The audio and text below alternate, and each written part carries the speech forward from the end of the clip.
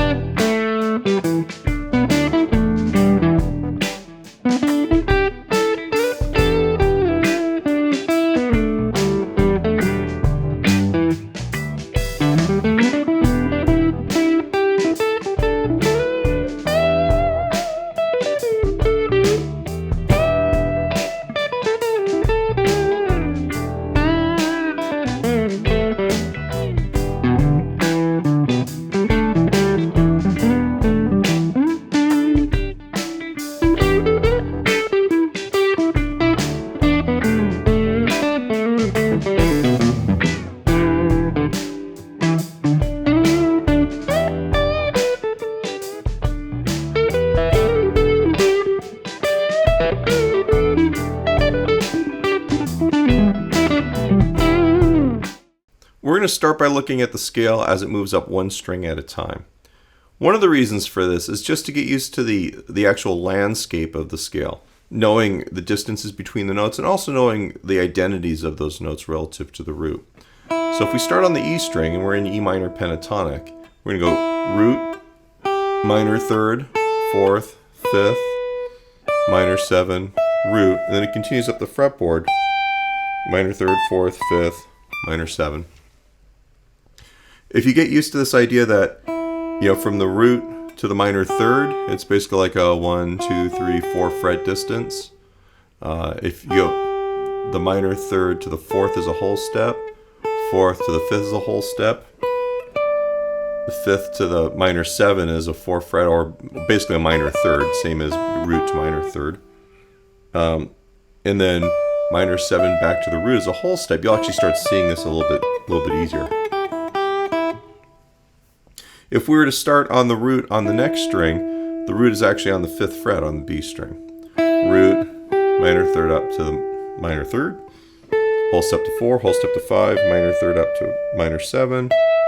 There's the root, but we can also take a look at the fact that it starts on the 5th, then go minor 7, whole step to root, minor third, 4th, 5th, minor 7, root, and so on. Now there's a lot of numbers. Somebody in one of the live streams last week said, hey, this is just kind of like algebra to me. And in a way, it kind of reveals the fact that music can be broken down in a way that sounds like math.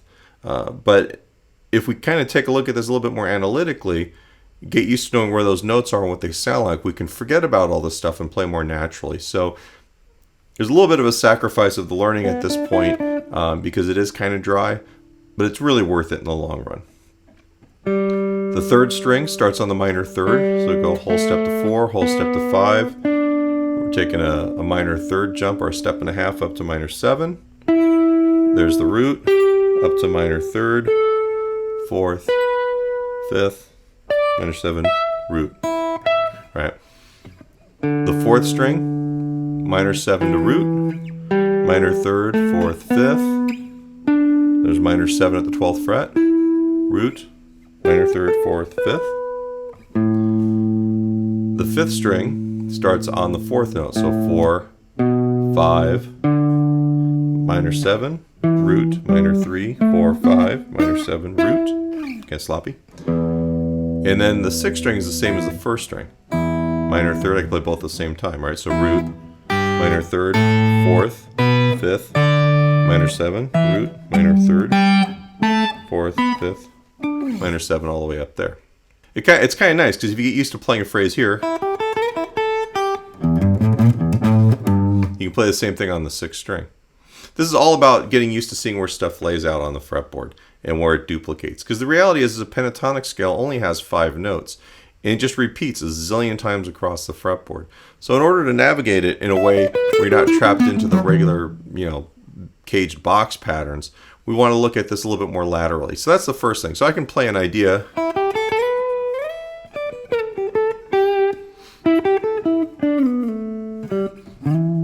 Right. And that phrase, that idea makes a lot of sense to your ear. It looks kind of weird if you're used to playing box patterns, because I'm literally just kind of moving up and down the strings. Right. If you get used to breaking out of those box patterns, the other benefit is that you quit playing the licks that you know. And you start playing a little bit more melodic ideas that are being informed by your ear, or your inner ear, your mind's ear. Kind of keep that in mind too. So I can take a simple Albert King style lick like, right, which I know is root. I'm bringing the 4th up to the 5th. There's the minor 3rd, and there's the root again. I can go root, 4 to 5, minor 3rd, root on one string.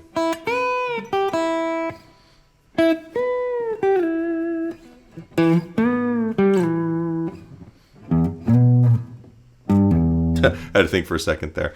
All right, I could do it on 2 strings, like I just did there, or so I got.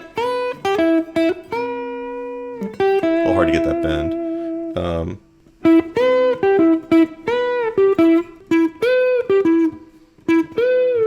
All right, I can repeat it anywhere because I know what those notes are. All right, so that's the first thing, is if you kind of can get used to soloing just on one string at a time, you're going to start getting a little bit more used to just the sound of the scale and the distances between notes and how the scale just works melodically. One of the other things that can happen is if you get used to playing like in one box pattern, right? Or you've got just a couple box patterns you're familiar with, you can play in one of those, right? And then use this lateral movement to kind of get into one of the other ones. The next thing is we're going to take a look at how the scale works 2 strings at a time. So if we take a look, and you can learn it going up each string. I like pairing it where I do it in groups of 4. So the 1st and 2nd strings, if I start on the 2nd string, I got 5, minor 7, root, minor 3. Right? And I know I can take that same idea anywhere. The next one of these boxes, minor 7, root, minor 3, 4. I can play that anywhere, just in that same shape pretty much.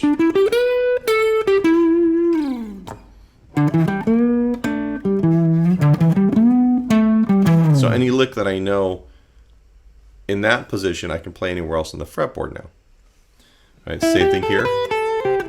Right, that's root, minor 3rd, 4, 5. Root, minor 3rd, 4, 5. Root, minor 3rd, 4, 5. Root, minor 3rd, 4, 5.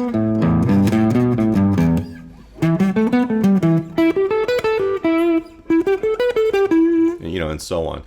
The idea is that you're going to just start seeing how things replicate all over the fretboard. You just want to get used to, in the beginning here, taking an idea that you know or a lick that you like and figuring out a bunch of different ways to play it. At a certain point, you're not going to have to think about it anymore. You're just going to recognize where this stuff is. And that's kind of what we're aiming for, is instead of having just those couple boxes, we have an understanding of the fretboard where you know where the notes are that make up the basic vocabulary, and you know everywhere you can play it. Because sometimes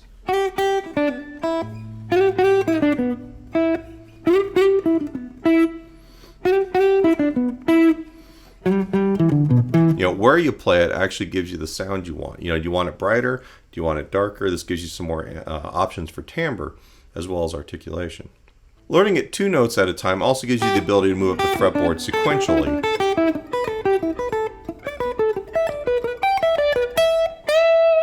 Which is kind of a nice trick too. It's kind of like an 80s rock thing, but we can use it for just about anything, even if it's The last way that we're going to look at this is going to be on 3 strings at a time. And basically all we're doing is we're taking each position and making a mini scale pattern. Right? right, and these are actually pretty common little chunks of the fretboard that we would learn anyway. Minor third 4, 5, minor 7, root, minor 3.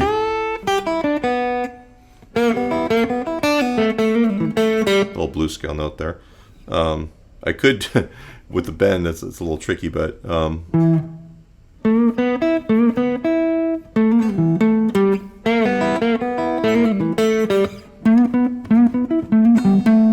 I can do that everywhere.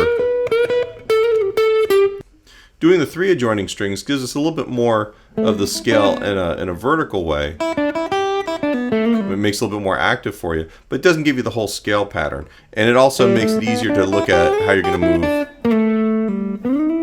kind of more in that direction too.